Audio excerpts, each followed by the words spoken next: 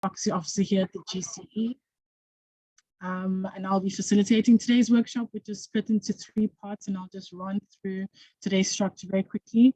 I'm going to start by handing over to my colleagues, Grant and Vicky, the Global Campaign for Education Global Coordinator and Knowledge Management and Learning Officer, to officially welcome you and provide context for these workshops.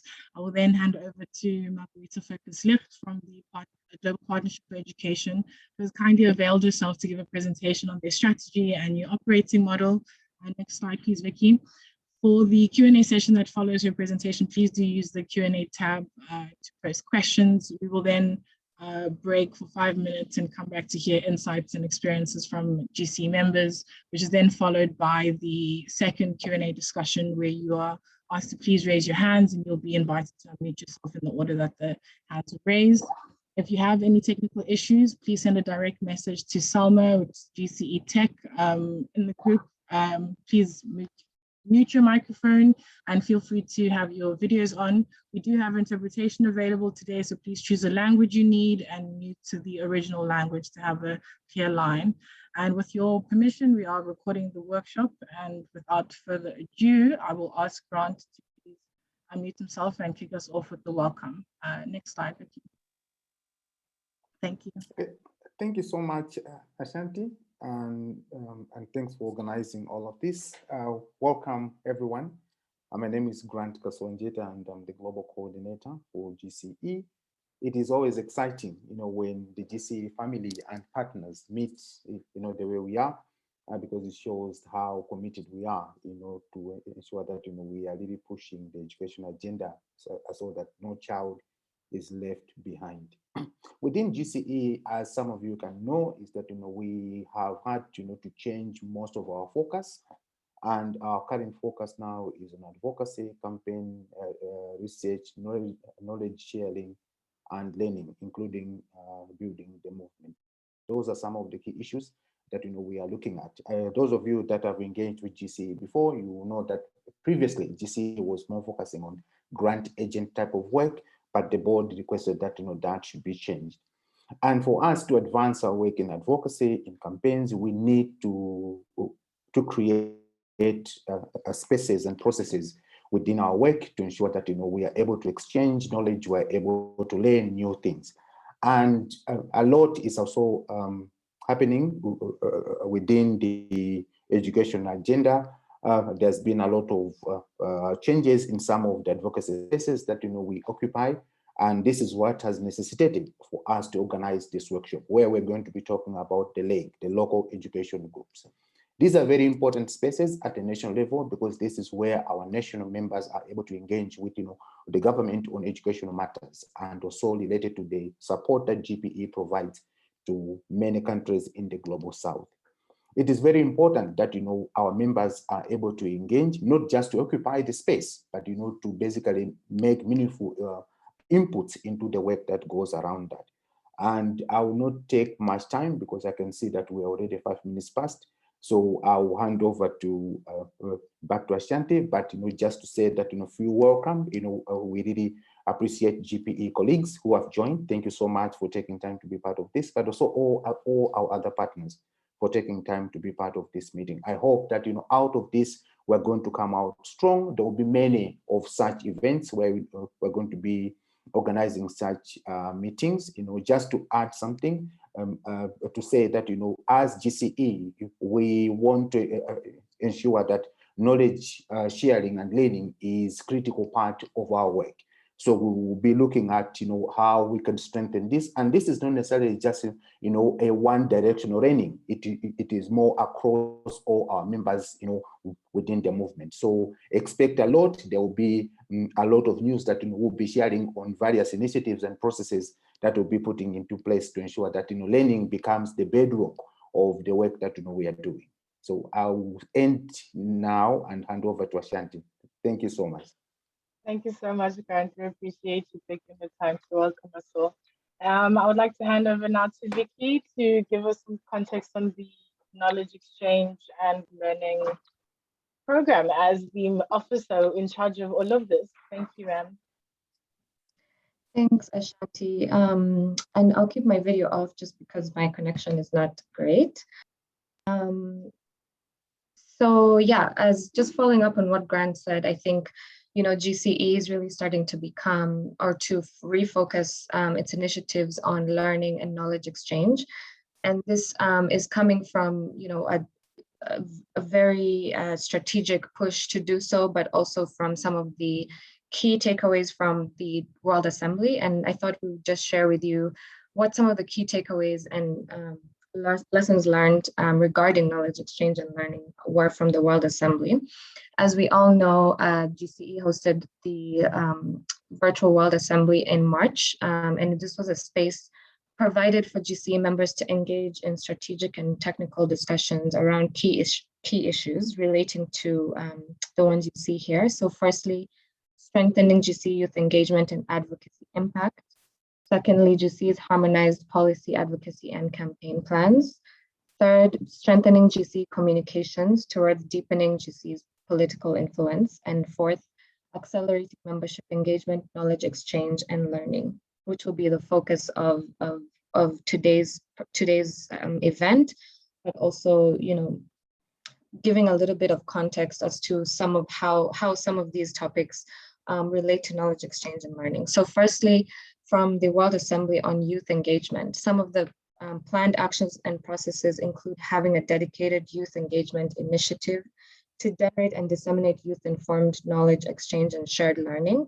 We know that youth are a huge part of the GCE movement and really are an integral and central part, really. So this is going to be one of the key focus areas of knowledge exchange and learning.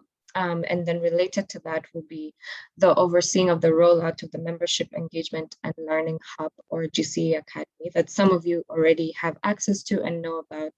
And you will see some communications coming through about that as well in the coming months.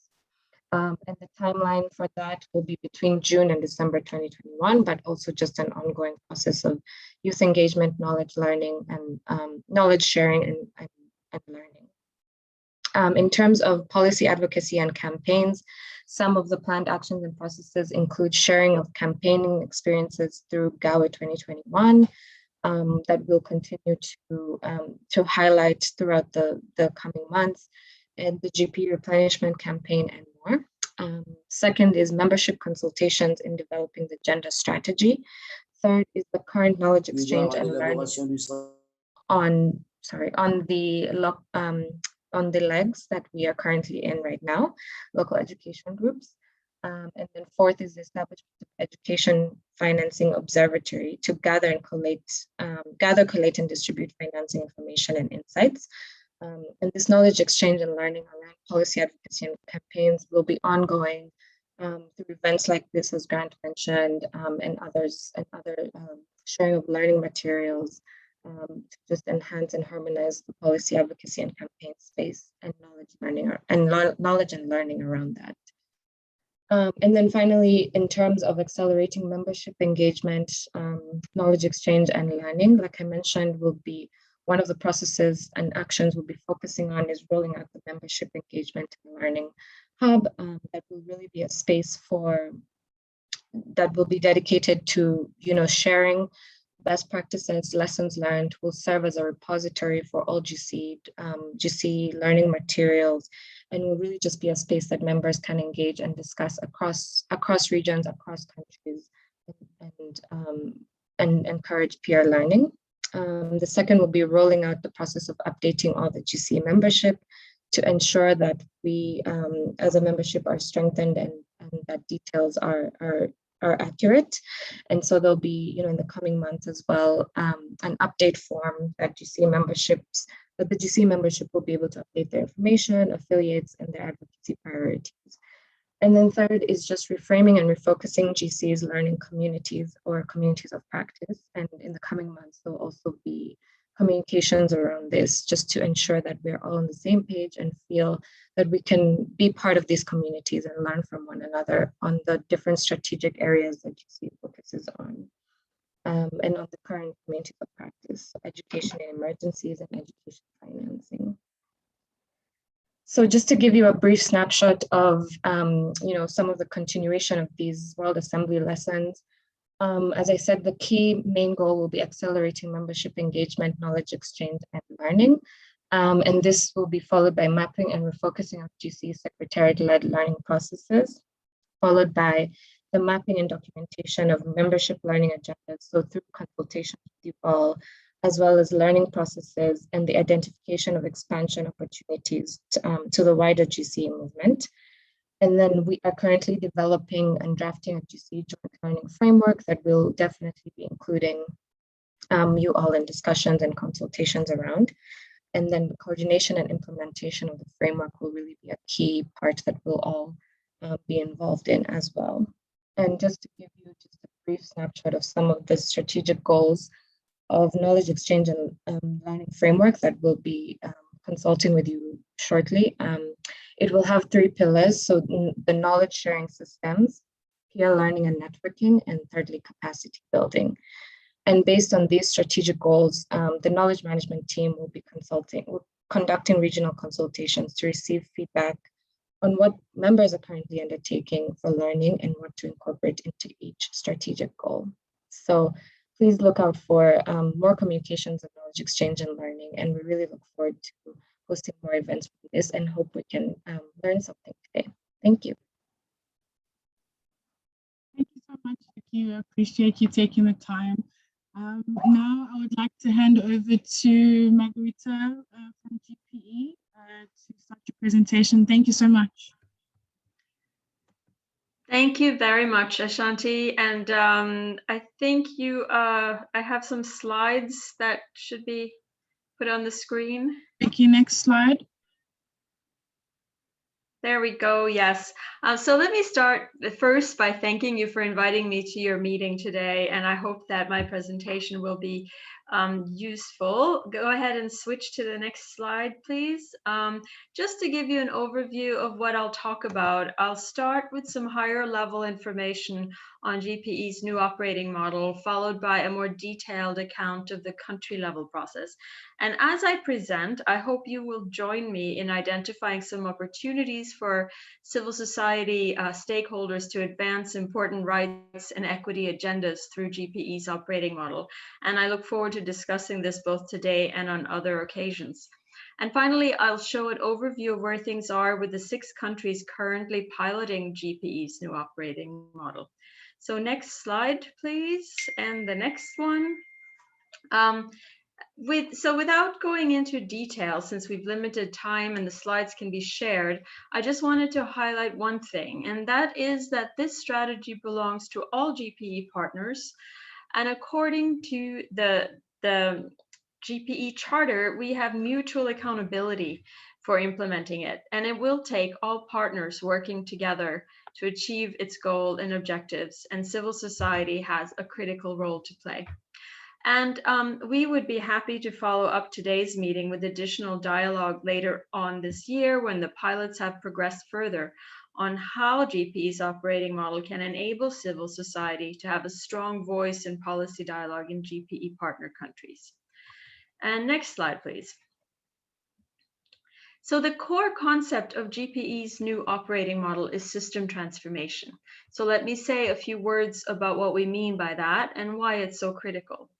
GPE 2025 is and must be an ambitious strategy. We're far from reaching SDG 4 with less than a decade to go, and business as usual will not get us there. And collectively as partners, we need to rethink how we support countries to achieve the progress that's needed.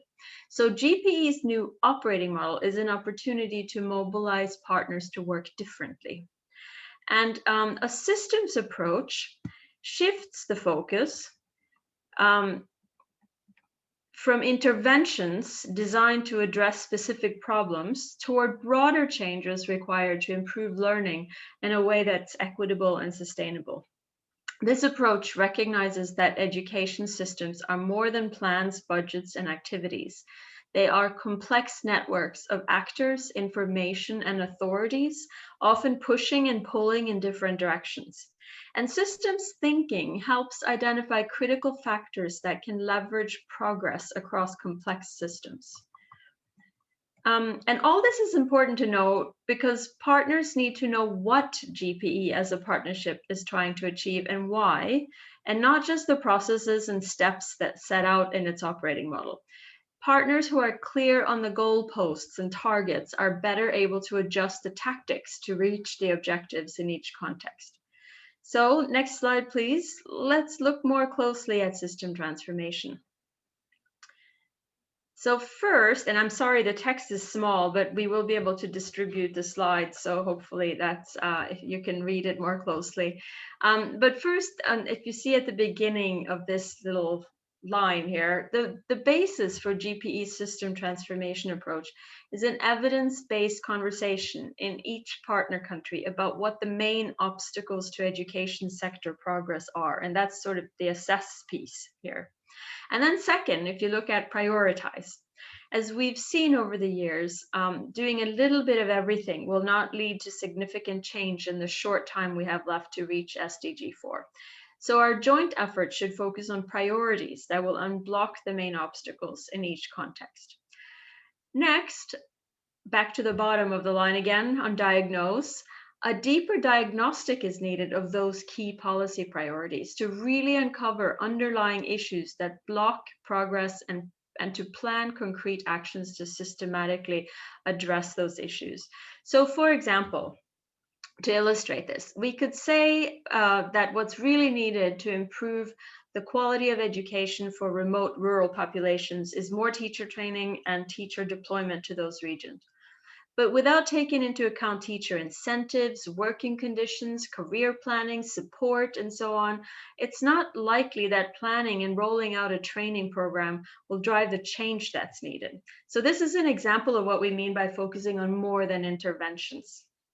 And then fourth, back to the top of the line again, once these priorities and actions are identified, partners need to align behind them. Now, GPE has always promoted harmonized, aligned sector support. And with a focus on system transformation, we're sharpening the focus on what to harmonize and align around, beyond just the broad sector framework. Finally, system transformation requires acting on evidence, adapting, and learning, and education systems change is certainly not neat and linear, as you all know very well. So as a partnership, we need to work with partner countries to build evidence and adjust strategies and plans accordingly throughout implementation. So really building in learning and adaptation into policy dialogue. Next slide, please. So how does all this translate into a new operating model for GPE? Inclusive local education groups working effectively together throughout the policy cycle are still GPE's foundation. But to become more effective and deliver sustainable results at scale, we need to disrupt the business as usual process and challenge partners to rethink what is needed. So to instigate this kind of examination and action, there are three main things that have changed in the operating model. The first is the partnership compact. The compact can be introduced at any moment in the policy cycle, depending on what works in a given country. Let's see. It's developed by the local education group, and the compact is designed to drive a more effective, focused policy dialogue and increase alignment, harmonization, and mutual accountability for tangible progress. The compact development process involves the first few systems transformation steps that I showed in the previous slide. So assess, prioritize, diagnose, align. And the alignment is formalized in the government's adoption and partners' endorsement of the compact. The compact is also used to determine the most strategic use of GPE grant resources. The second significant change to the operating model is the adjustments made to GPE's financing instruments, which you see in the box on the right on top. Overall, GPE grants have become more focused on critical challenges and are better able to adapt to context. And finally, the operating model will better embed, as I said, monitoring, evaluation, and learning in country-level processes. Next slide, please. So in terms of grant mechanisms, the previous Plan Development Grant, or what you may know as the ESPDG, is being replaced by a larger system capacity grant that focuses on capacity building activities more broadly, in addition to continued support for sector analysis, planning, and monitoring. The previous Program Implementation Grant, or SPIG, has been evolved into a System Transformation Grant, and this will require more focused use of grant resources on strategies that clearly address system transformation. Multiplier eligibility has been expanded to all partner countries. Sorry, I should have said Girls Education Accelerator first. This is a new grant for girls' education, which I'll come back to later. And then you'll see on the screen the Knowledge and Innovation Exchange, and I was interested to hear a little bit about your learning strategy, and as well as Education Out Loud, which I think you're familiar with. But at the very bottom there, you can see there is also a new way to leverage resources, knowledge, and engagement beyond the KICS and EOL mechanisms. And this involves setting up targeted strategic partnerships to address challenges experienced across multiple partner countries. This can also address cross-sectoral challenges such as climate change, school-based violence, health, nutrition, and so on. And next slide, please.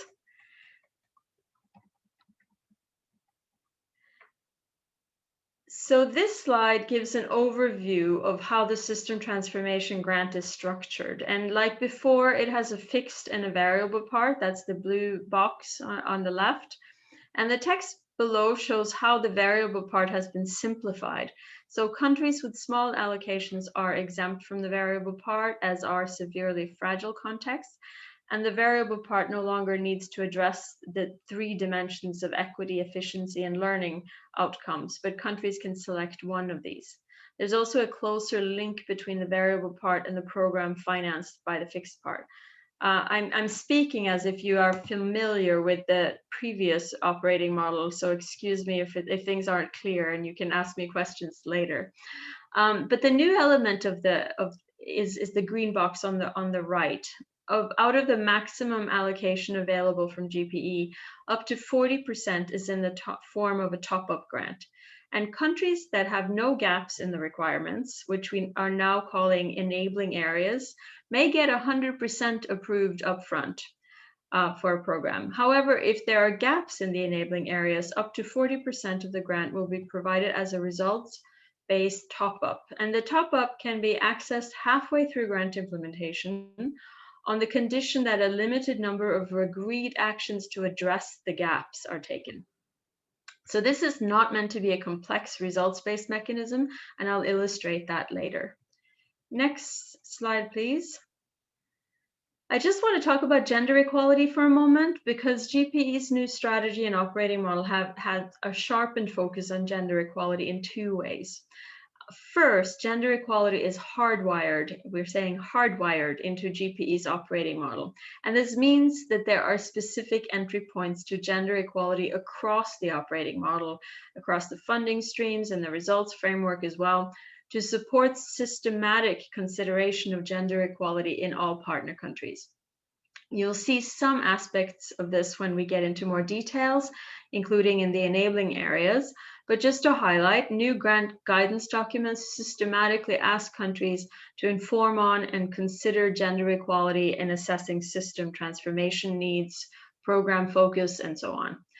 And secondly, additional financing, which you saw in the earlier slide on the grant mechanisms, the Girls Education Accelerator will be available as a specific incentive to address girls' education in a subset of countries where girls' education is lagging significantly. And this grant financing will be added to the System Transformation Grant allocation to support specific girls' education strategies. Next slide, please. So let's move from the higher level overview and the key concepts to the concrete steps of the new operating model, including where the key opportunities are for civil society actors to engage and promote critical conversations. So go ahead and switch to the next slide. Thank you. So what you see here is a basic process overview, and it shows what happens from the moment the board has approved an indicative allocation to a country to when a system transformation grant is approved and implementation starts. And you see, excuse me, you see that system transformation is the underlying concept of the whole process. The compact process is the first milestone of the operating model. It is what determines both how GPE resources should be used and what GPE as a partnership will align to and be mutually accountable for in a given context. How well that will work, however, will depend on the country level actors. And we have agreed as a partnership that effective partnership relies to a great extent on country level mutual accountability. And this means that in places where local education groups are not strong and effective, the success of the operating model also depends on how well external partners, including but not exclusively the Secretariat, support the compact process. So we need to work together to optimize that engagement. And we have, just as an aside, we've set up a new partnerships team in the Secretariat, which I'm leading, to better facilitate the links between the global, regional, and country level work within GPE. So in the next slide, I will break down the compact process in more detail, but to continue on this slide, once the compact has been agreed at country level, it becomes the basis for GPE. Sorry, there's interpretation over you, Margarita. Is there a difficulty in hearing me? No, you can go ahead now. Okay. Can the interpreters please make sure they're in their channels? Yeah, Adil, can you go into the Arabic channel, please? Okay, you can start. Thank you. Okay. So once the compact has been agreed at country level, it becomes the basis for GPE's engagement in that country. And two elements of the compact are then processed for submission to the GPE board to determine, first, whether there are any gaps in the enabling factors linked to the system transformation grant, and if so, what actions addressing those gaps will result in the release of the top-up funding, and secondly, what will be the focus of the system transformation grant. And if the board approves this, the country can proceed to select a grant agent and develop a grant program. And what this does is to give certainty up front about the requirement areas as a clearing point for allocating grant funding, rather than assessing this as at the end, which we previously did, and after countries have already prepared a grant proposal. This also deliberately pushes the decision on the focus of the grant ahead of the grant agent selection, so that governments and local education groups, not grant agents alone, decide on the best use of GPE funding. So since these key decisions are made up front, this is expected to lighten the grant development process afterwards, giving grant agents a clear framework to work within. And once the grant application has been endorsed by the local education group, it then goes to the board for approval, and once approved, implementation starts. So in addition to what you see here, this really focuses on the system transformation grant, but the compact process should also determine the use of this at least part of the system capacity grant, though this can be accessed later on throughout the implementation period as well. And it could also surface links to strategic capabilities, KICs, or also EOL. So let's go to the next slide and we'll focus a bit more closely. We'll zoom in on the compact process. And the first two steps of the compact process happen prior to the actual compact development. The first is an assessment of the enabling factors, what we previously called requirements. This generally happens through dialogue at the country level, facilitated by a methodology that's currently being piloted in 6 countries. This assessment is then submitted to an independent technical advisory panel, which reviews it or provides recommendations or comments before it's sent back to the local education group. And the reason for this independent perspective is that since top-up funding is attached to the enabling factors, it can be difficult for local education groups to come to an agreement on the most appropriate approach. However, they know the context better than anyone from the outside. So it's hoped that this dialogue between those who are experts on the context and a panel that can approach the assessment with more distance will help establish a good balance between technical and political considerations in deciding whether the country should get the full allocation or whether 40% should be linked to top up, or up to 40% should be linked to top up. So once the technical panel has delivered its assessment back to the country, the local education group can start the actual compact dialogue. And remember, this involves assessing, prioritizing, diagnosing, and finally agreeing a core set of policy actions that can unblock progress in the education sector and alignment around these. And then within that framework, how to use the GPE resources. So I think both the assessment of the enabling factors and the compact process can be key opportunities for civil society. We may want to talk about how to build the capacity of civil society and system transformation. And I believe civil society actors often have a real feel for what is blocking progress through being on the ground, working with communities, being familiar with the actions and interactions that happen between and across actors in education systems.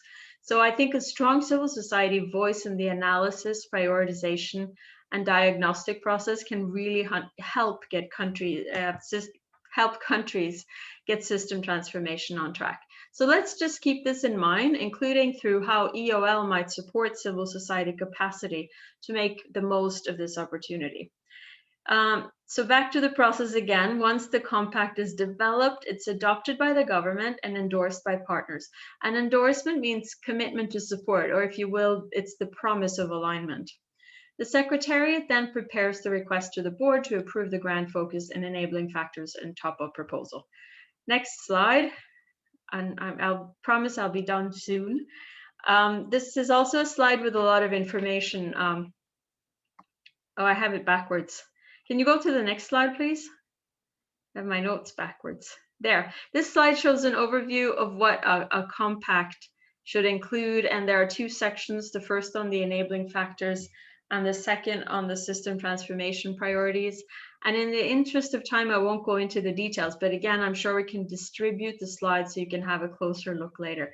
Now, if you can flip back to the previous slide, let's zoom in a bit more and look at the enabling factors. So these should look familiar to those of you who are familiar with GPE grant processes, at least the headlines of data, domestic financing, and planning.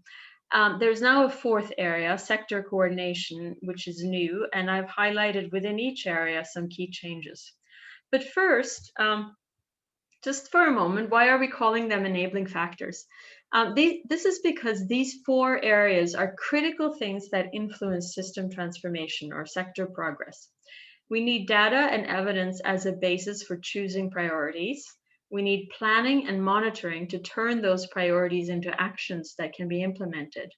And we need funding to implement them. But we also need coordinated actions to underpin the whole process and ensure that partners collectively are providing optimal support to the country.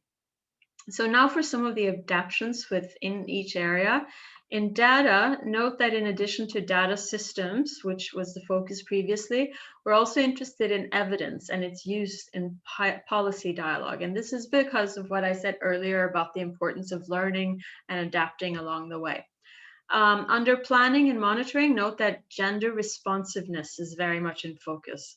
And if you look under domestic financing, the critical thing to note here is that we're not just interested in the volume, but also in equitable and efficient use of domestic and all education resources. And finally, we're not just interested in coordinated dialogue, but also in coordinated financing. So to give an example of how this might work, in a given context, the local education group may identify that while the volume of the government budget for education meets the 20% benchmark, the resources are not allocated equitably across the country. And perhaps there are geographical areas that receive less of the education spending or marginalized groups that are underserved.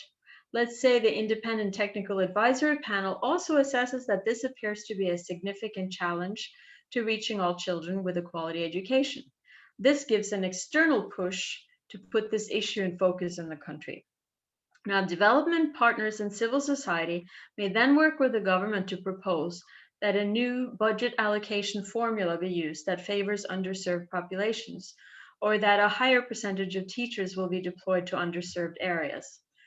Up to 40% of the system transformation grant could potentially be attached to the government adopting such a formula or teacher deployment strategy. So this is how instead of having this binary yes, they meet the requirement, no, they don't approach, we're building in incentives to actually incentivize real progress in these areas.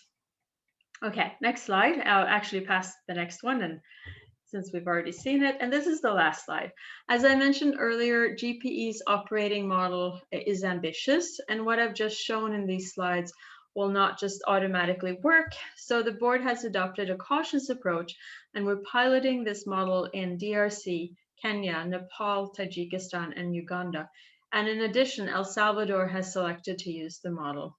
So this slide shows where these pilot countries currently are in the process that I've just presented to you. And as you can see, the compact process has not started in any of them yet, but Kenya and Tajikistan are moving closer. And we would really be happy to hear, I'm sure we have our country team leads who are hopefully already in touch with you, but we'd be happy to have feedback too on how you see these pilot processes going in these countries. So I will stop there. I hope that wasn't too much information, but happy, let's see the next slide. I think I had a final slide. Let's see. Oh, now I lost my visual. I clicked something. Yes. So as I have say on the screen, now it's time to raise your hand for education, but also if you have questions. So thank you very much. And back to you, Ashanti. Thank you so much, Margarita. And on that, yes, we'll open the floor. If anyone has any questions they would like to ask, please raise your hand and we can take it from there.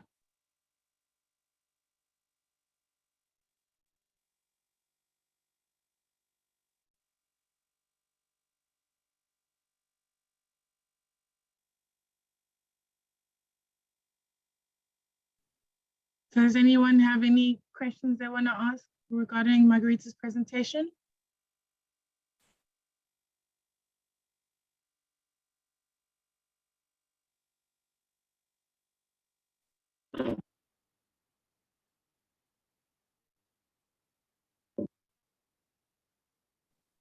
Hi, Wolfgang, you're recognized. Please go ahead.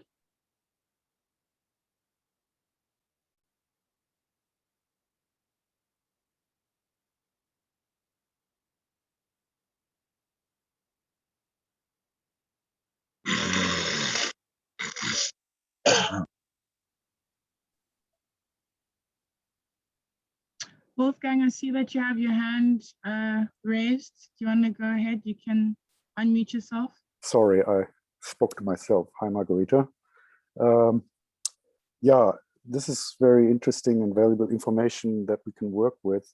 Now, the problem will arise that we have different speeds of legs and different sort of ways that legs and ministries of education or other authorities will react when civil society comes in and wants to sort of have those discussions about priorities and alignment and where are the bottlenecks, etc. So if one would find that legs are kind of hesitant to sort of pick up on those discussions and the space for engagement is still limited, is there any sort of way that GPE could help to sort of ease that process, to make it more, to smooth it up so that there is more lubrication in the system and we are not blocked as we want to contribute to those discussions. We are not blocked by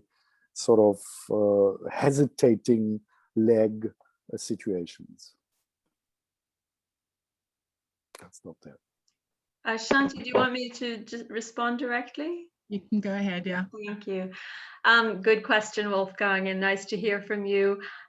Yes, you're absolutely right. We know that space for civil society engagement is different from context to context. And I don't think we have a magic wand that says GPE says you have to do it, and therefore, you know, governments will automatically listen. But I think that what this new operating model does is perhaps provide more opportunities. In particular, because part of one of the new enabling factors areas is also sector coordination, and that's also an area where we can identify weak civil society participation as one of the limiting factors, actually, in making progress in education. And so there's actually even the possibility of attaching top-up funding to greater space for civil society. That's sort of a theoretical possibility in the new operating model, and something that maybe we can find opportunities to leverage. And I also think this comes back to what I said about having this this independent technical advisory panel, because their voice coming from the outside, giving feedback on how things are in the country, can also be helpful in pushing things a bit. But I also think that this is something, we will be rolling this model out in cohorts in a few countries at a time. And what I think is what I'm really excited about is about this new partnership team, is that we're trying to use that to reinforce also detecting these issues and dialoguing together externally. What is our strategy in this context? So if we are rolling the model out in a context and we see that this is an issue, then we can also talk and we can figure out what's our strategy here, because we do have to be strategic in both the timing and the approach to enabling this participation. But I do think that this model offers more opportunities, including creating incentives for greater civil society participation. So hopefully that at least partially answered your question, but we can discuss more how we make the most out of this opportunity.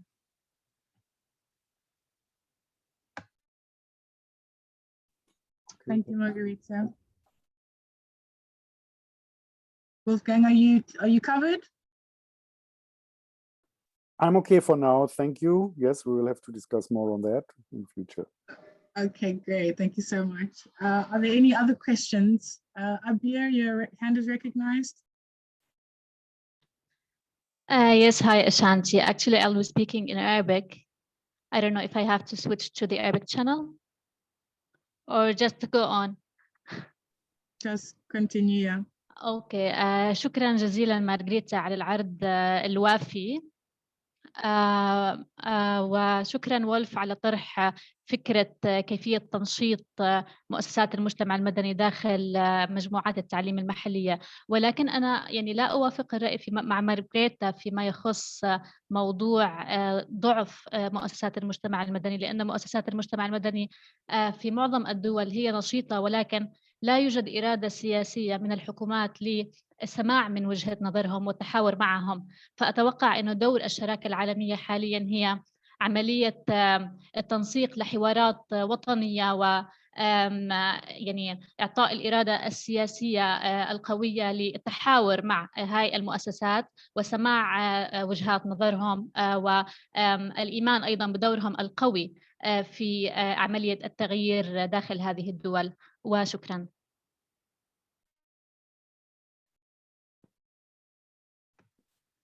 Thank you very much, Abir. And I think there must have been a misunderstanding, because I think what I mentioned was the limited space for civil society to operate, and local education groups can be weak in terms of how effectively they collaborate together.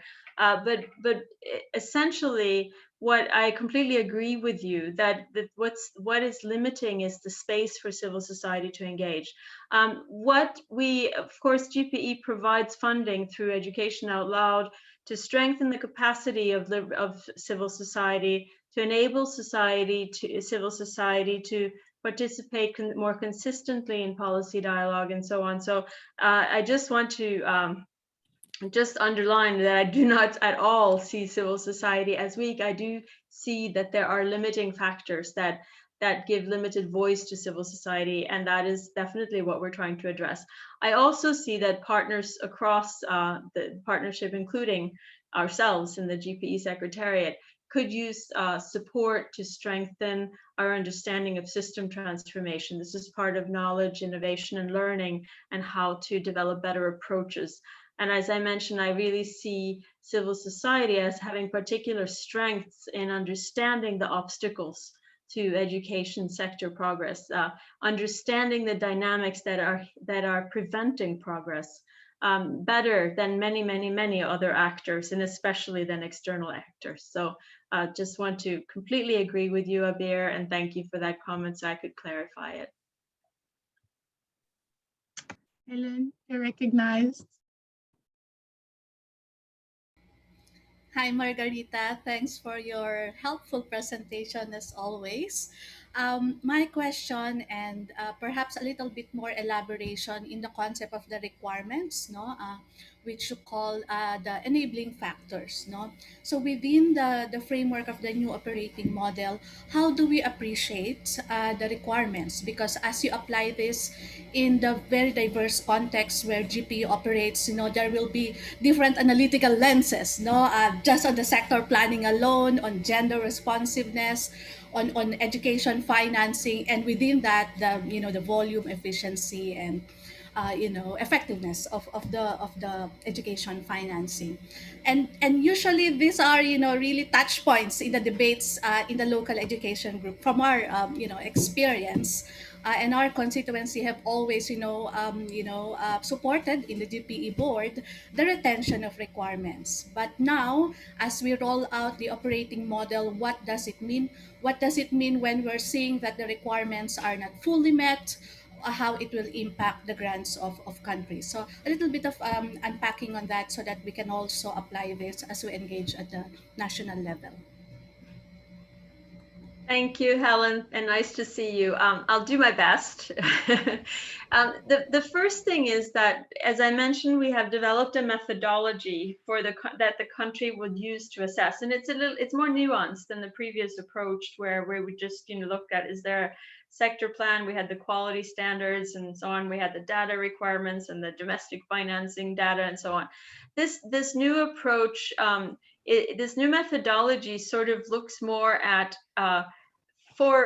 how these things might block progress. So it goes beyond saying how much funding is there, but it goes beyond that to saying how might that block ensuring that all girls get education. So it's kind of a methodology that we're testing it in the pilot countries now, and we'll use those pilots to refine that methodology. And once we do, that could be a methodology that you could, become civil society partners could be familiar with and help also have their own assessment of how those factors are working in the context.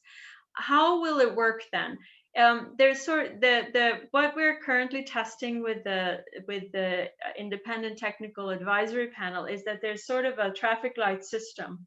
When they're getting the assessment from the country level, they're looking at it from their own perspective and a technical perspective, and they are developing a traffic light, and they're identifying in particular where there are red lights, where there's something within those requirement areas that will actually be an impediment to making progress in the education sector, to transforming education. And picking out what those red lights are and sending those back to the country and saying, these are where we see your red lights in this context. And then actually we'd be requiring that those red lights are addressed, and that's where we need you to come up with some strategies in that country to move forward. So the example I gave of the unequal distribution of resources is just one example how that could work. Another example could be no space for civil society to engage. That could be a red light, and that could be something that could be highlighted as come up with an indicator, and by midterm you might receive the remaining 40% of your allocation if you do something to address it. So trying, that's how the different pieces hang together. And we're really watching the piloting very closely to see how this works, because we don't assume that we're going to get it right the first time. So we also actually want to build in adaptive learning overall in GPEs to see country by country how it's working and how we can learn and how we can improve it. And again, for that, we really need dialogue, and we really count on you to be our partners in figuring this out as well.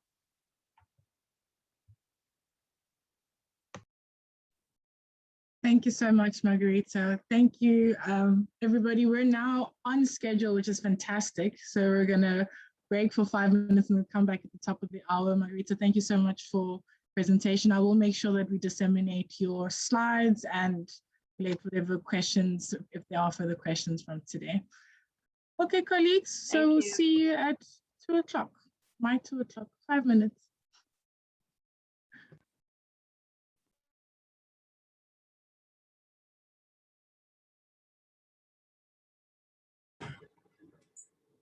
Ok, merci beaucoup. Et dans 5 minutes.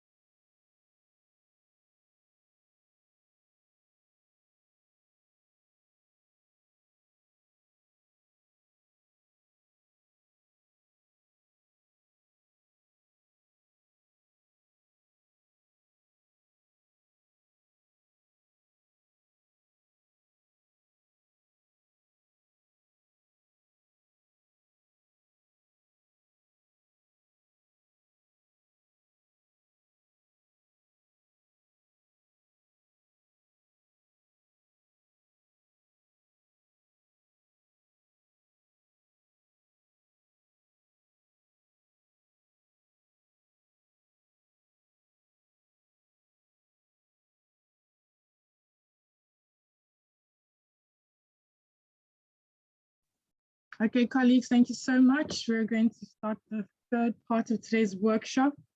Next, we have, Vicky, if you can skip 2 slides, next slide and next slide. We have Ms. Camilla Corzo, who's going to give us some of her insights. If you can please unmute yourself, Camilla, and start your presentation. Okay, then. Good morning, good afternoon, everybody. I'm just checking if you can hear me. Yes, we can hear you. Okay. So thank you so much for the invitation. Congratulations for this event. It really is very meaningful, and I think extremely useful. The overall idea of learning and bringing the network together, and having external guests and Margarita's presentation just now, I think also extremely useful. So thank you and congratulations. So I think, I'm happy to offer just some highlights, some thoughts, having heard where GCE is coming from, the intention of having this meeting, of bringing all the membership together, and then of also figuring out and understanding how best to engage in the process that the GPE is currently carrying out. So I think that a few ideas that come to my mind. One of them is really taking the opportunity of this new operating model of the GCE and really weighing in and taking advantage of what GCE has of profoundly special, like a huge differential of the GCE network, which is actually having members in more than 100 countries and really being able to anchor, to ground the discussions of not only the GPE, of education policy making, but in the specific context that we're discussing here, the legs and the new operating model of the GPE, how to best use this very special characteristics of bringing in the voices from the actual country, profoundly context specific. This is something that we all know is the strength of the GCE that can really make a huge difference in shaping the interventions and the system transformation that the GPE is now proposing. The idea that the GPE brings to the table of focusing on structural changes, of putting forward a process that is able to do an accurate diagnosis is, of course, of fundamental importance. And as Margarita mentioned in her presentation, making sure that the different perspectives are on the table is equally important, right? Because, of course, the diagnosis is evidence-based, is data-based, but it's also fundamental that it is based on bringing to the table what different actors are actually experiencing. So there is a dimension of diagnosis, which is the perspective of the different actors, the nuances, the understanding that they bring to the table, and what the actors are actually living and undergoing that is absolutely needed to have an accurate and political diagnosis of the situation. Political in the sense of actually having the interpretation and the weighing in of those who are at the forefront. So making sure that students are engaged in this conversation, which is another emphasis that GCE kicked off with right at the very beginning, making sure that the teachers are present in the conversation, making sure that we have the different lenses, analytical lenses, including gender, including race, the perception of the global south, so the actual actors of the country. This is absolutely crucial. So I would encourage extremely that the GCE can take advantage of this moment that the GPE is undergoing with the new operating model kicking off to really engage members as you are doing through this process, this webinar, and take advantage of the pilot countries. So really, how is it that, you know, in these 6 pilot countries that were mentioned by Margarita, does the GCE have the GCE has national coalitions? How is it that they're actually engaging? And I think that it is very important to engage not only in the diagnosis and in the actually elaboration of the compact, but also in the rolling out, because obviously once this is approved, then there's the implementation phase, and the implementation phase is clearly a phase where things need to be tracked, monitored, adjusted, changed, negotiated, discussed, debated. So policy dialogue, I think, is an issue. If I can highlight the idea of policy dialogue, of really capacity building and policy dialogue, and weighing in this capacity of policy dialogue throughout the entire cycle, be it in the diagnosis, but also be it in the follow-up and the implementation and the engagement and in the rootedness of not only the development, but also the implementation of the compact and of the project that is approved. I think that the last thing that came to my mind, I don't know if Margarita is still following us, but I think that's something for us to bear in mind. And I know that it is something that the GPE was also developing, and that GCE and civil society was engaged in, has to do with factoring in a human rights framework. So there is a conversation about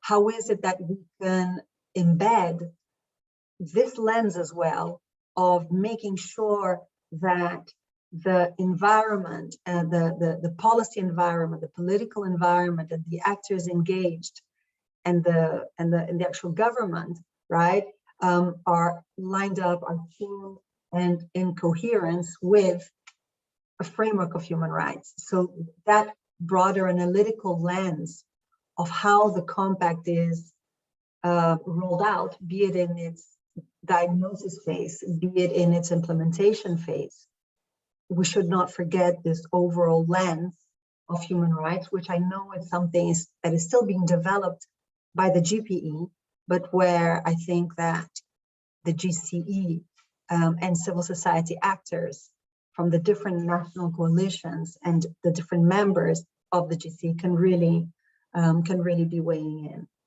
So I think that these would be my thoughts for the time being, and just congratulations once again for the event. Camilla, thank you so much for your thoughts, Camilla. You've given us a lot to think about.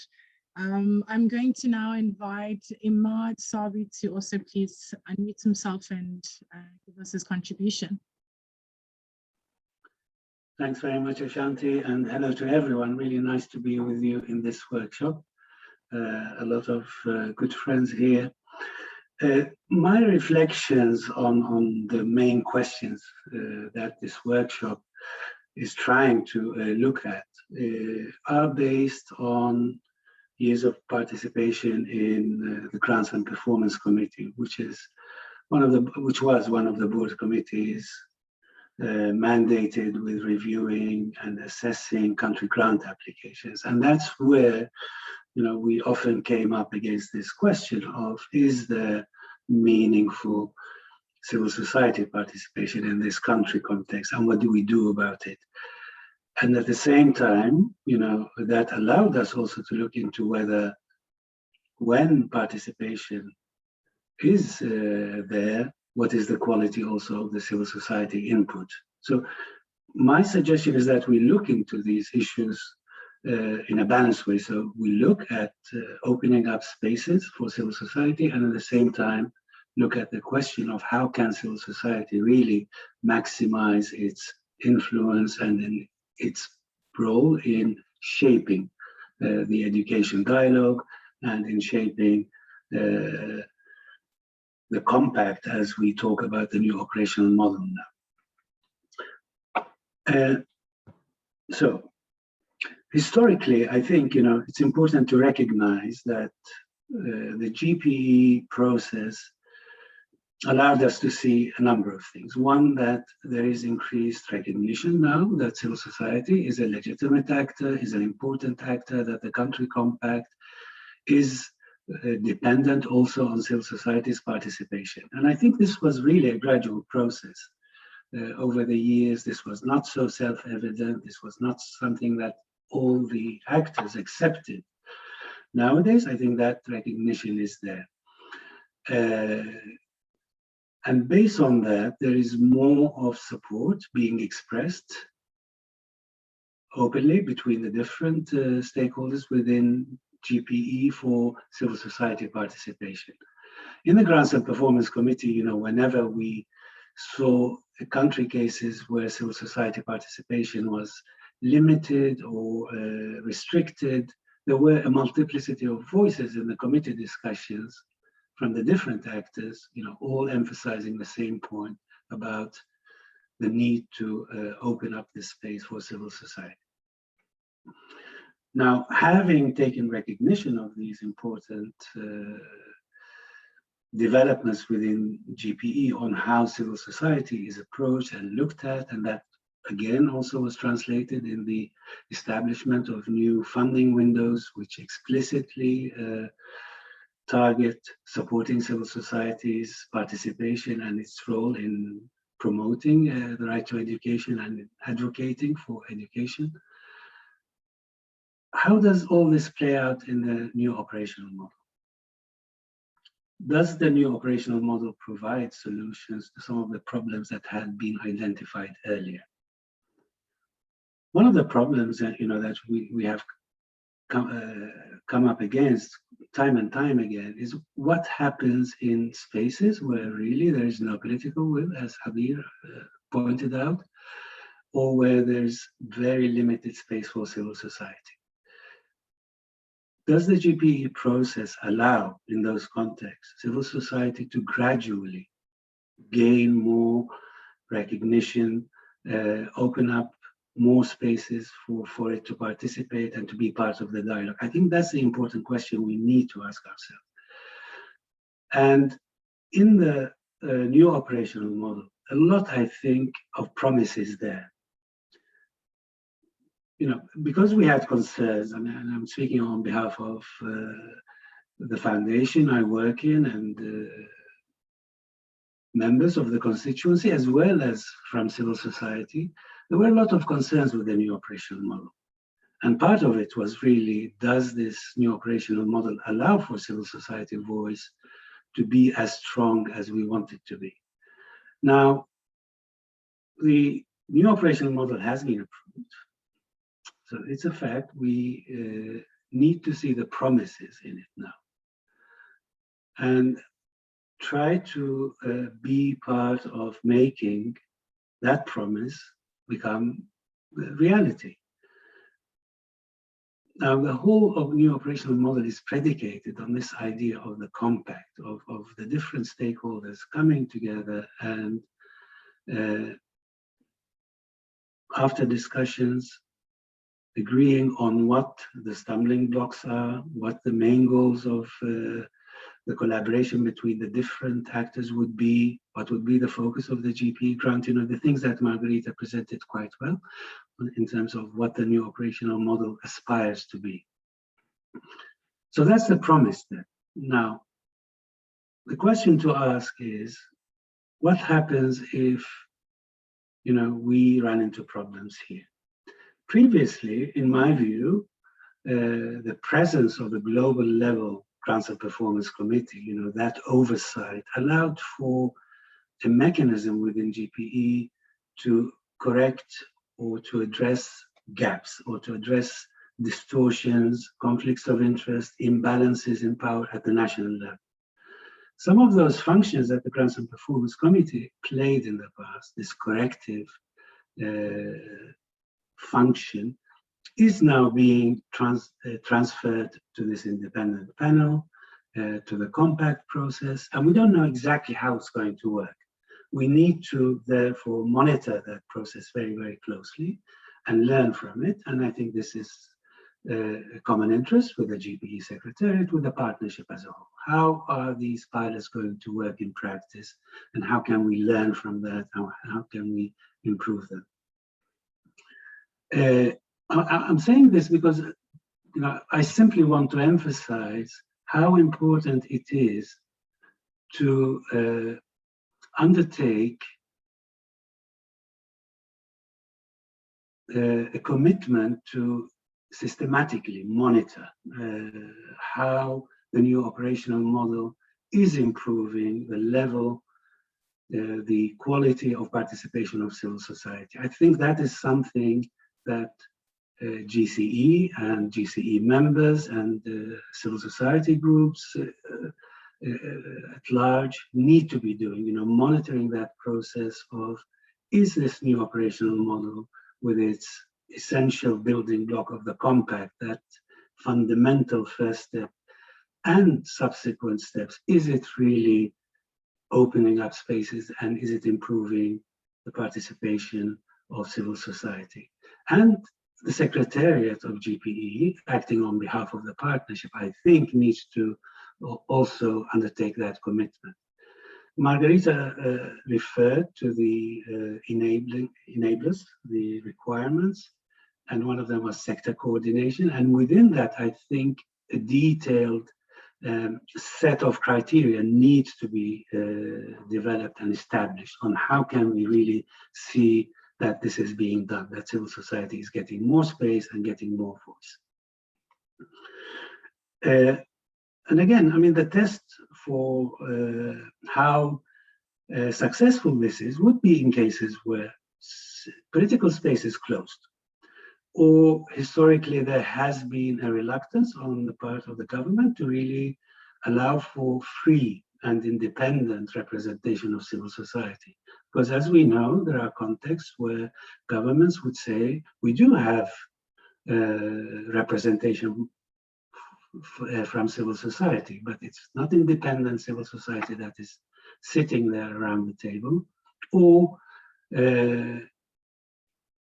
there are these different layers of representation. So civil society might sit at something called leg, but really the substantive dialogue and the important decisions and the important information is being exchanged and is being discussed in narrower circles, in smaller circles. So, the whole thing about the meaningful participation of civil society.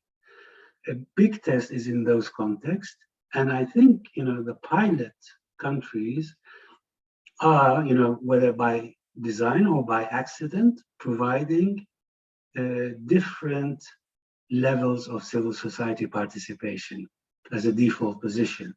And therefore, they are important to monitor. And I really hope that GCE and its members would monitor this process step by step so that they come up with their own assessment of this process, with their own set of criteria on how these enablers are not met or are, can be improved further. And that is as an important step towards dialoguing with what comes after the compact process.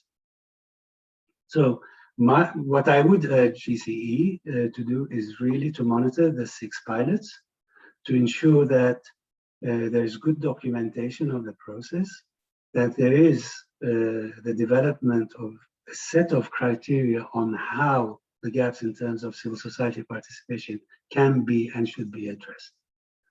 So I will leave my observations here, and I'm sure that those who are speaking in this panel will also touch upon other areas. Many thanks. Thank you so much, Ahmad, for the contribution. Margarita, I see that you're still on the line. Helen, I know you're due to speak, but I just wanted to see if, Margarita, you want to maybe respond to some of the things that Ahmad raised in his contribution. I'm happy to. Imad, hi, nice to see you.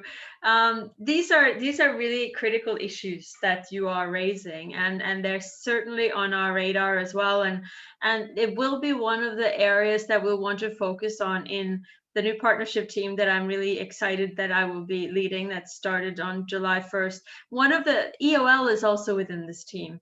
And one of the things we really want to do is see how can we integrate all these pieces of from EOL to the civil society engagement more broadly in the partnership to what's happening at country level, and how can we ensure that there are really good feedback loops and connection points, and how can we very actively work together to ensure that we are exactly on top of the issues that you are talking about. How can we find, country by country, what strategies we need to work together around to enable these things to happen. So the team that's overseeing EOL is now with me, and I think that there might be on this call as well. So we're looking at how can we integrate all these pieces? How can we have a really integrated approach to our work that enables us to really effectively address the issue? So we know each other well, Imad. I know we're going to be in touch on this, and but you're absolutely right in your assessment. We have to find out how this is now going to work. But I think that we're definitely from our side have the commitment to explore how to best make it work, and to do what we can to work strategically to enable civil society to continue to make the progress that we've seen over the years through the engagement that we've had through the GPC, through the Civil Society Education Fund, and through EOL and so on. So we will definitely have more opportunities to talk about this. Thank you so much, Margarita, for that, and thank you, Imad. I would like to now hand over to Helen, if you'd like to come and give your presentation. Oh, it's me already. I thought Jeff first and then me. Okay. So thanks, Ashanti. Is it me? My slide is on the Yes, deck. sorry, you've already started. I'm so sorry. It was supposed to be Jefferson, but continue. Jeff, I hope it's okay. You have priority. Thank you so much. Thank you, Jefferson. I'm so sorry. Thanks, Jeff, and thanks, Ashanti, and colleagues who earlier spoke. And I think this will also complement what I will share as part of the lessons and reflections that I can probably present in a very limited time. And that is emphasizing on how to optimize civil society skills and experiences to strengthen country level processes, such as through the local education group or the LEGS or its equivalent mechanism at the national level. No, my colleagues in GPE, Margarita and Tanvir, this looks familiar to you. If you recall, we had a small group discussion last year about how to leverage CSO skills and experiences to strengthen country level processes, and this is actually what I shared. But that time it's very limited time, so now I have a moment to expand a little bit further on this. And for the next slide, Ashanti, let me take off also from the point of Camilla when she emphasized, of course, the strength of the education movement through GCE, where it has this broad membership at global, regional, and national levels. No, and the reflections I will share are based also on the experiences that we have in ASBE, that we have in the Asia Pacific region, working with national education campaign coalitions in the Asia Pacific. The first reflection is the strength of the CSOs as far as providing capacity support to local CSOs and even to the staff of the ministries of education at the national level. And I've always shared this experience working in Vietnam, whereby the Ministry of Education in Vietnam even approached the National Education Coalition, which is the Vietnam Association for Education for All. They approached VAFA, we call the coalition VAFA, to help them in planning and preparing for the education sector development plan of Vietnam for the period 2021 to 2030. They started the planning process in 2019. And at that time, the Ministry of Education recognized the valuable contribution of the coalition because they've always seen the coalition being very present in the local education group, even providing the institutional memory of what are the sector planning process, what is GPE. So because the coalition has that institutional memory of these processes and been very exposed to the GPE processes, the new people in the government through the Ministry of Education, they've requested for the support of the coalition because the reality is that people, the government staff, even some of the development partners that are part of the leg at the country level, they come and go. There's a significant turnover also, no? And in context where the coalitions have that institutional memory, they are the ones actually even providing some orientation on this new staff on and new representative of development partners on the importance and value of inclusive sector planning process, no? So in Vietnam, when the government have started planning for their 10-year ESDP or Education Sector Development Plan, they asked the National Coalition to help them, and the National Coalition approached also ASBE as a regional coalition to provide input in this process. So in 2019, when they started planning for this, they invited us in an international conference organized by the Ministry of Education in Vietnam and co-organized with the National Coalition to plan for the ESDP or the Education Sector Plan of Vietnam. So, and after that international conference or international workshop co-organized by the Ministry of Education and the National Coalition with input from ASBE, there was also a 2-day training that was organized for local CSOs and staff of the Ministry of Education on how to strengthen education sector plans within the frame of lifelong learning, no, and how to embed the right to education, the targets within SDG 4 in the way the education sector plan should be developed. So that was a very enriching experience because it recognizes the value and contribution and the capacities of the coalitions, the national coalition and the regional coalition, in enriching this process. No? So that's one good lesson that we can learn, and hopefully we can also see in other contexts. Now, why Vietnam in particular is very important? Well, the political context in Vietnam is, of course, not always smooth. It's challenging, but what we can also demonstrate here is that the national coalition gained, credibility in influencing this process, and they were placed in a very strategic and influential process to inform the education sector planning process of the country.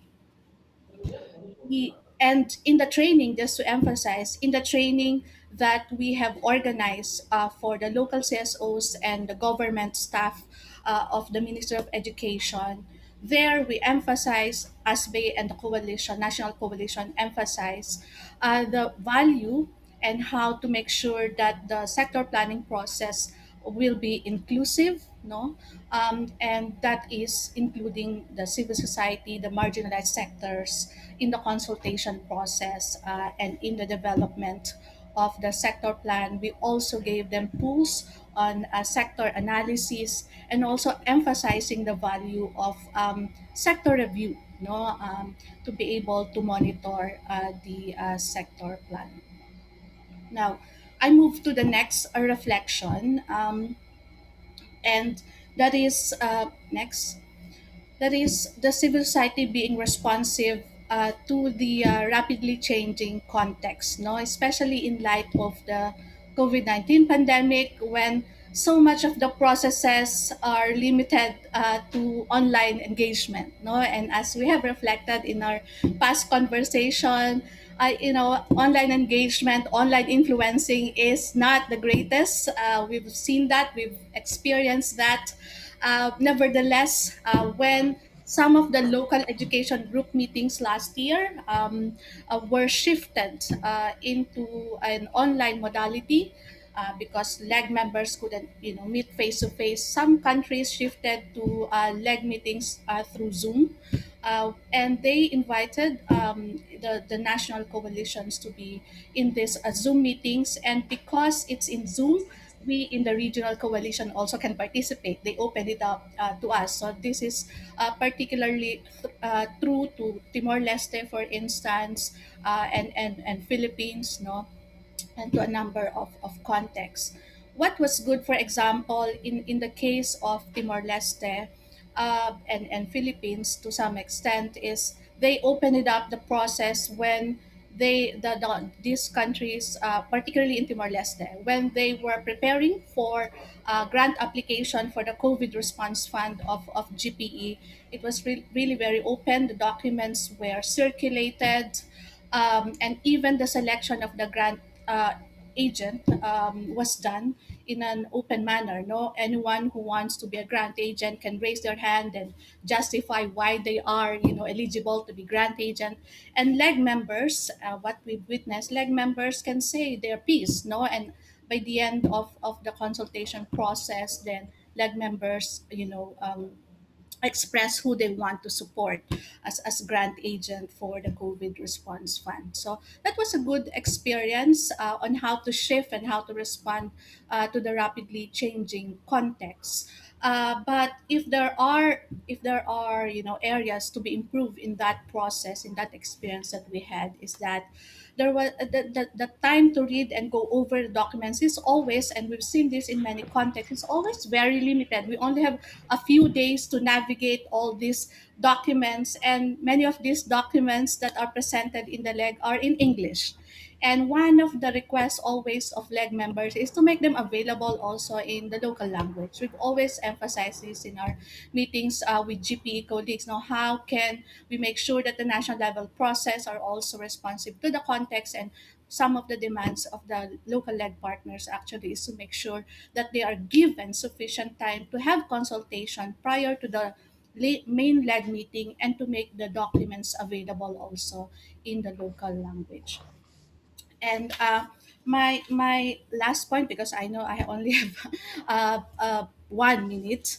Last point, and You next had 1 minute, 1 minute ago. one long minute.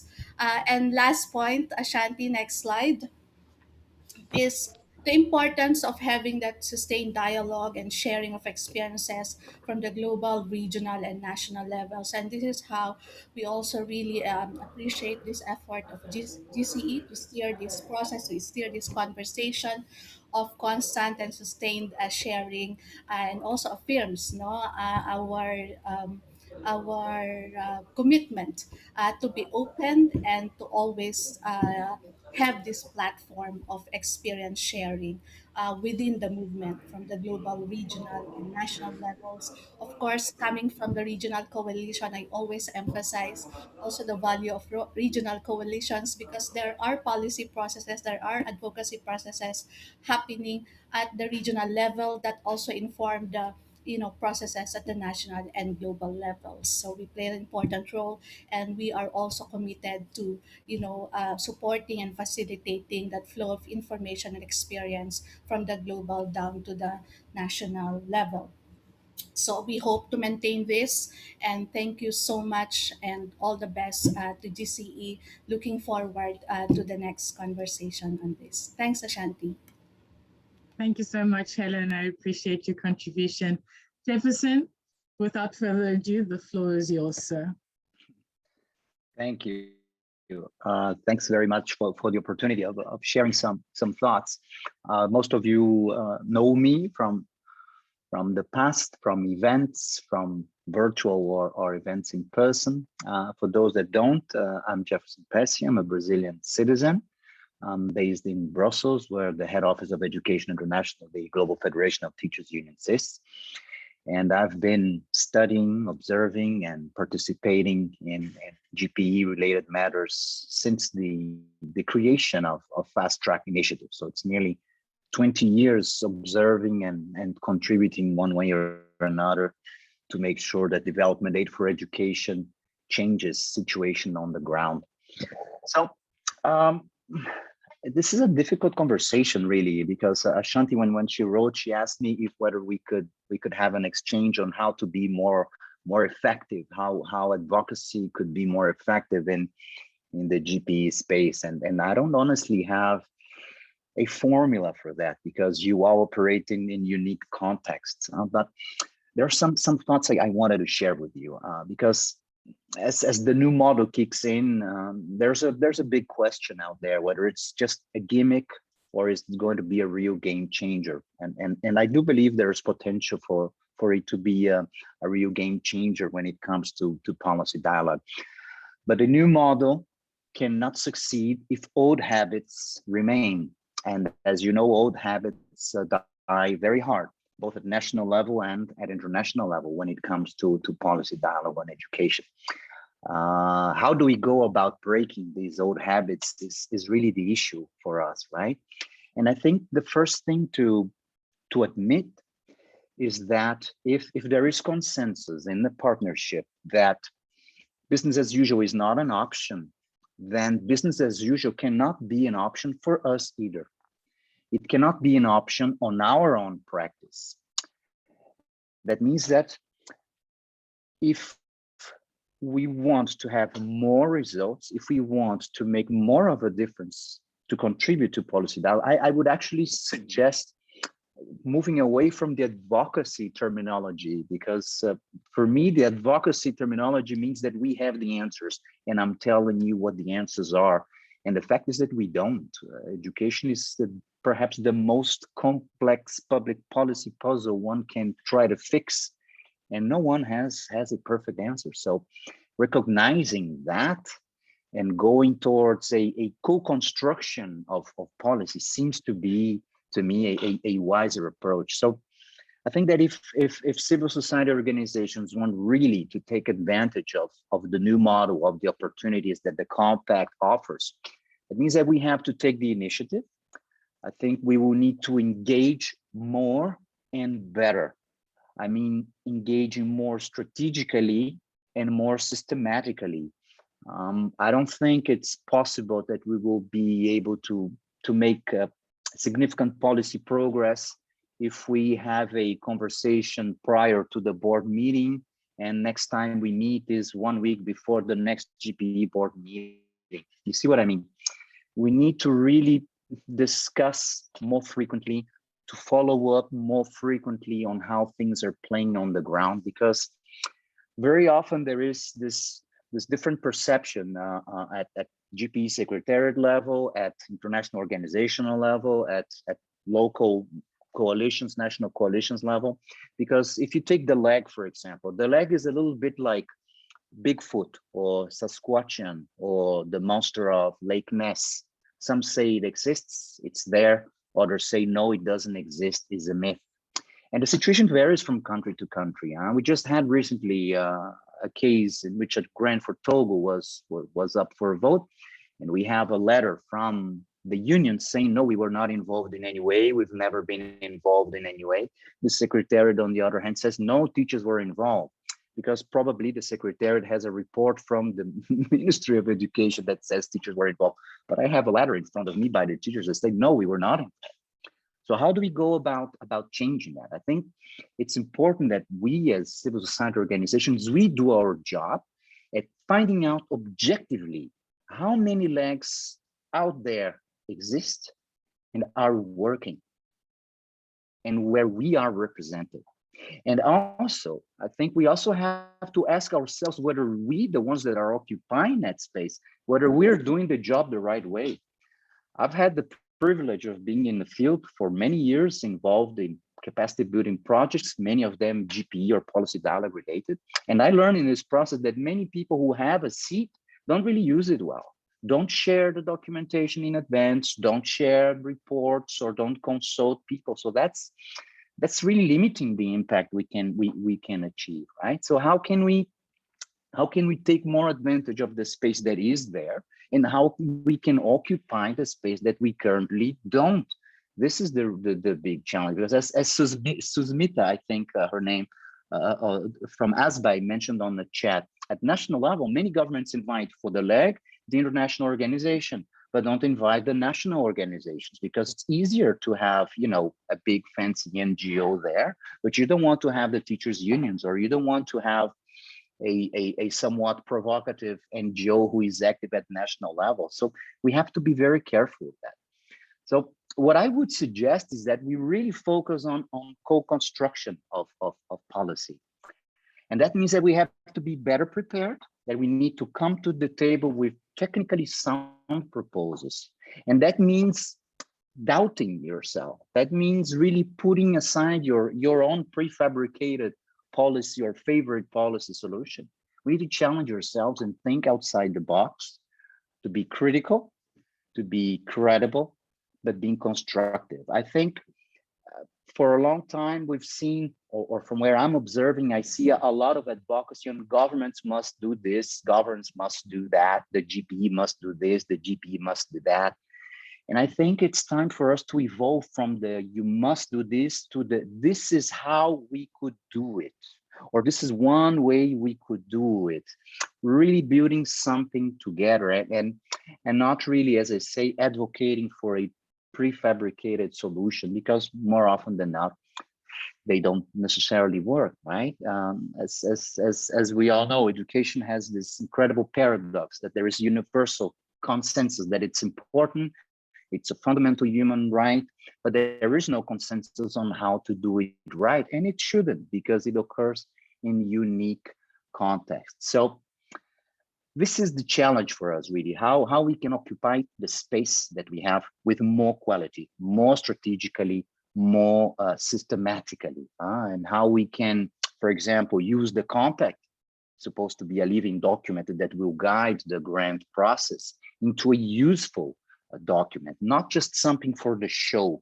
And as I mentioned earlier, it's been nearly 20 years of fast track initiative, right? That then became the GPE. It's a lot of time for development aid for the education sector. And many of the fundamental problems remain there, right? And many of you will all remember, you've been involved in these things back from the Education for All days. Lots of these things were, you know, the education sector plans and so on, were more of a formality than something useful.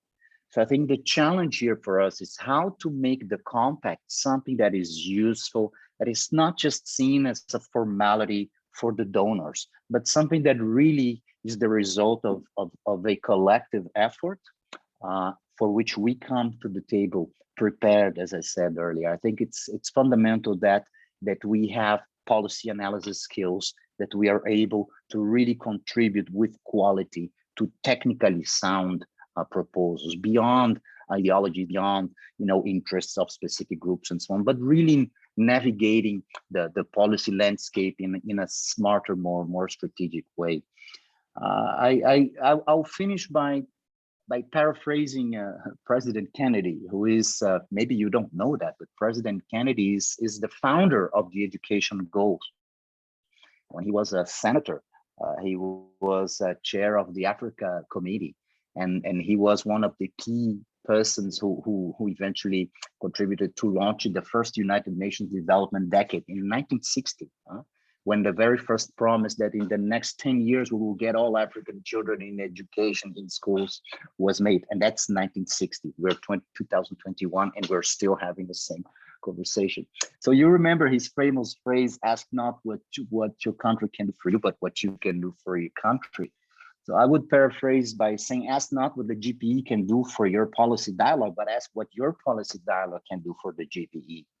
Because there is, I think, this perception that, well, the GPE should facilitate policy dialogue, national level, and so on. But ultimately, it's not the Secretariat's role to do that. It is really for us at national level to shift the epicenter of the debate. And I think this is extremely important, because from where I've been observing for over 20 years now, more often than not, when there is no policy dialogue at home, a foreign imposed idea comes. And you know very well that many of the organizations that are sitting at the local education group, organizations that are supervising entities or that are coordinating agencies, they have their prefabricated policy solution. So they come to the table and they already know what the government of Malawi or wherever should do. So this is the challenge for us, how you can be more prepared, be better equipped to identify national solutions to national problems. So shifting the epicenter of the debate, because if you don't step up, if you don't come up to the table, if you're invited to the leg and you have nothing to propose, you're probably not invited again. We need to add value. You need to be seen as critical, yes, but constructive and credible. So don't expect to be invited, but go and look for your invitation. Go and get engaged, take the initiative and occupy the space. And if it doesn't exist, and if you can't occupy it, then denounce it, because it's about time we start speaking up more strongly about the opportunities that we should have and that we don't. I think, to be very honest with you, and I'll finish, I've been given a time announcement, that we have to start denouncing these things more systematically. We have been too nice for too long. We have been observing unacceptable things for too long, and this has got to stop. Democracy is suffering in many of the GPE countries, and obviously, if democracy is suffering, it's unrealistic to imagine that there will be good policy debate.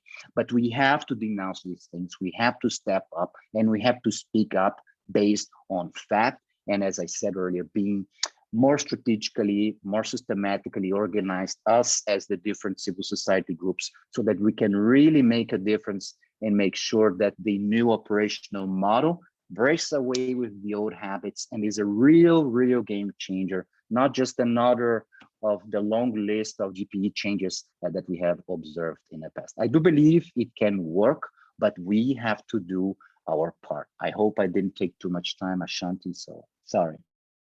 Thank you so much, Jefferson, for your contribution. You got us all, or me at least, quite excited about the future. So I'm going to open it up now for any questions, comments, and input. The last 13 minutes of our workshop, if anyone wants to contribute something.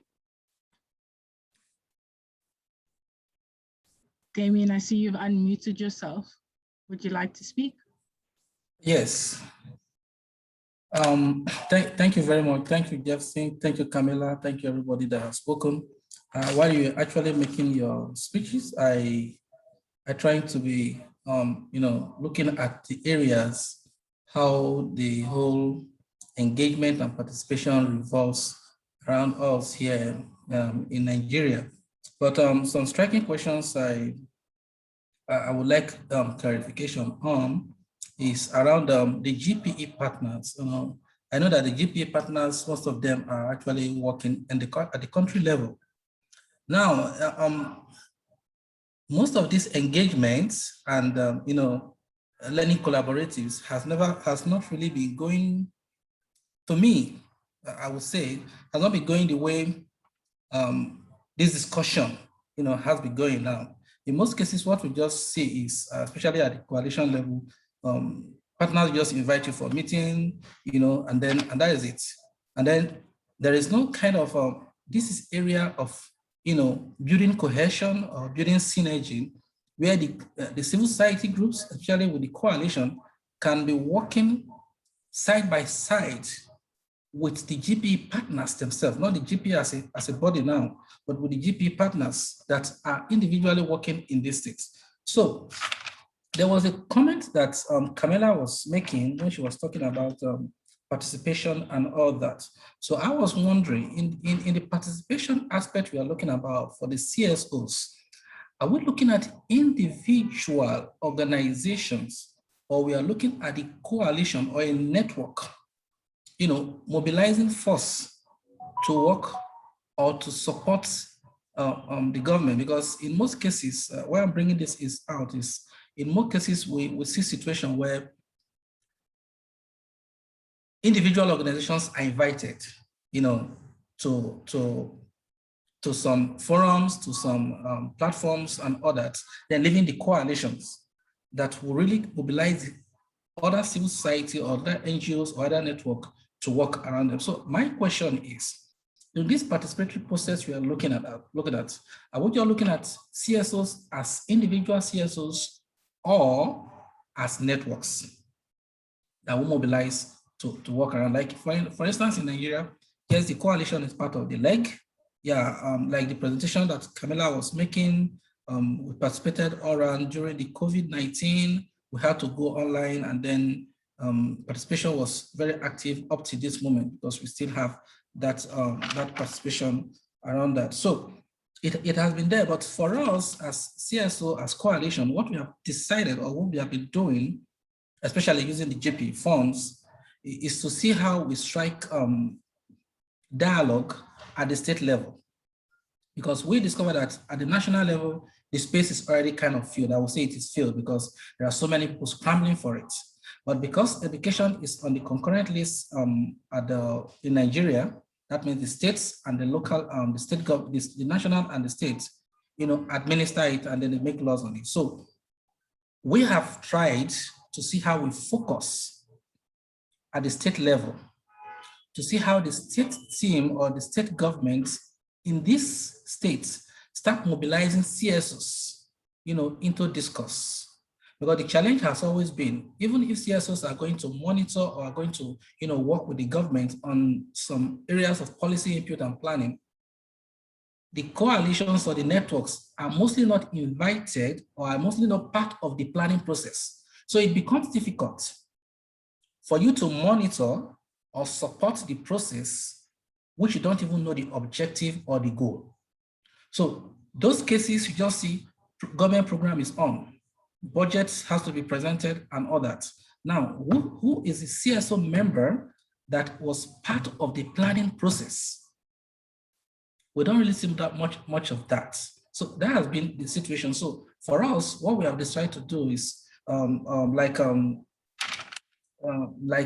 Jeff said, we go try to see how we take that position at the state level so that we don't scramble for what we cannot get over here. So we started mobilizing CSOs, members of the coalition at the community levels, at the state level, to start engaging what will build their capacity, and then striking policy dialogues, because we have a couple of activities that has to do with policy dialogues where we bring all the stakeholders at high level with the state team to have this discussion. So my pertinent question is, how do we start engaging the GPE partners at the country level to support, especially the civil society, to building their capacity to start engaging in a participatory way in a budget and education planning?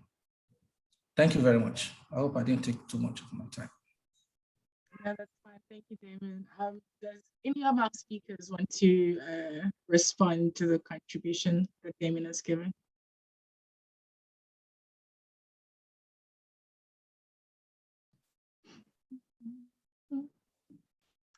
If I may jump in, fantastic point, Damien. This is precise. Sorry, Camila, I'll be brief, but this is precisely the challenge.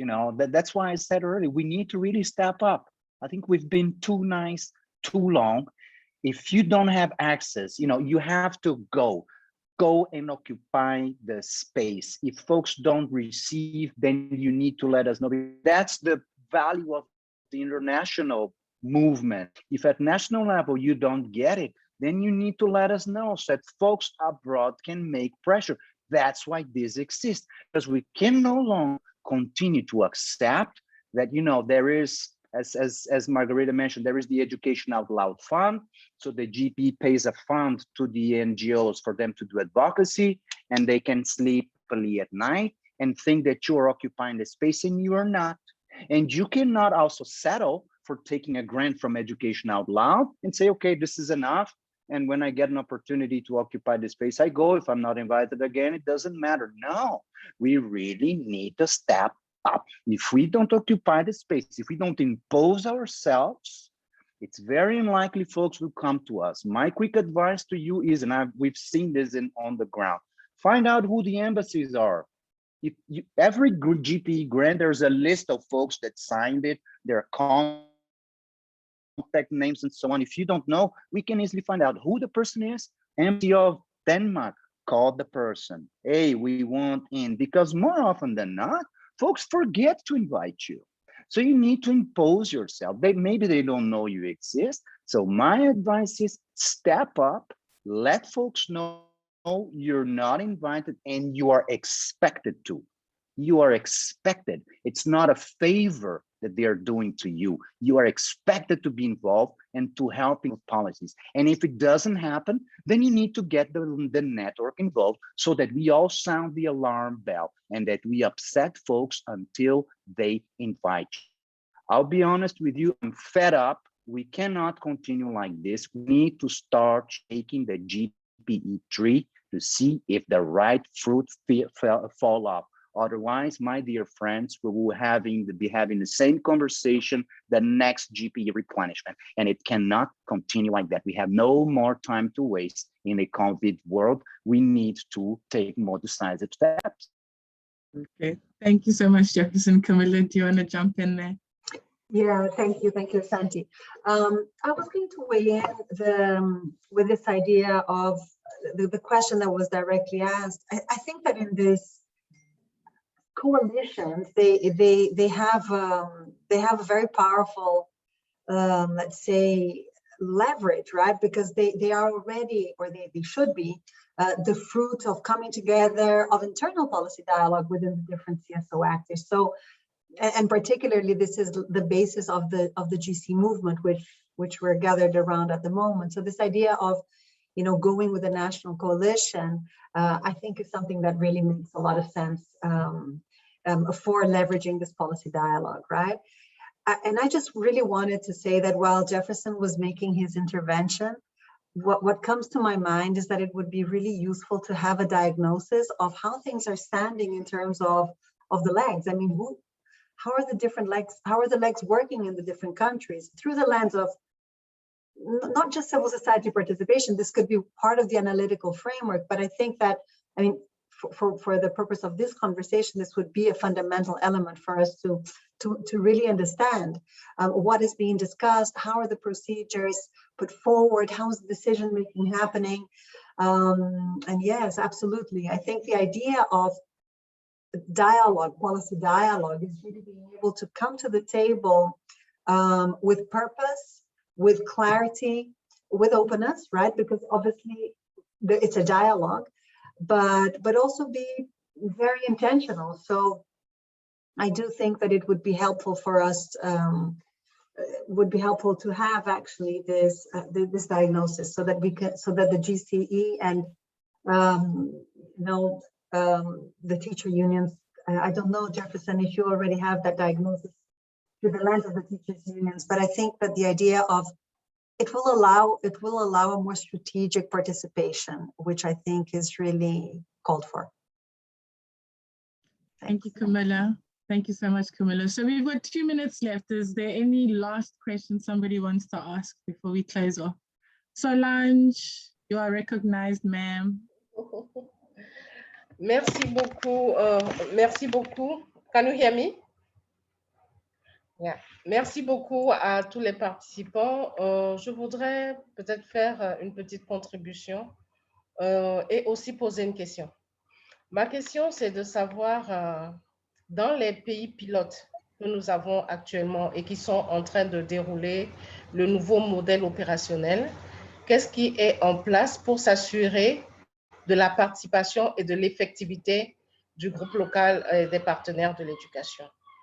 Et deuxièmement, ma contribution, en entendant tout ce qui a été évoqué par la puissance que la société civile peut avoir pour s'engager réellement, je voudrais dire qu'il faudrait aussi qu'à notre niveau, en tant qu'organisation de la société civile, qu'on soit CSO 1, CSO 2 ou CSO 3, qu'il faudrait peut-être qu'on se parle mieux et qu'on se parle plus souvent pour pouvoir adopter des positions qui soient commune pour les actions que nous voulons. En réalité, nous voulons tous la même chose, y compris les partenaires, qu'ils soient techniques ou financiers. Nous voulons que l'éducation soit plus inclusive, plus équitable et qu'elle soit accessible à tous et qu'elle soit de qualité. Mais pour y arriver, il faudrait qu'on ait des efforts plus concertés. Et je suis d'accord avec Jeff pour dire que le dialogue doit être continu, le dialogue doit être perpétuel et il doit être, comment dire, juste et sain. Il faudrait qu'on dépasse peut-être les clivages, les petits groupes et qu'on essaie de voir quel est notre intérêt commun pour que cette éducation que nous voulons tant puisse être une réalité pour tous les enfants et pour tous les jeunes et les adultes de notre espace. En tout cas, félicitations pour ce début de dialogue et j'espère que nous allons continuer dans ce sens. Merci beaucoup.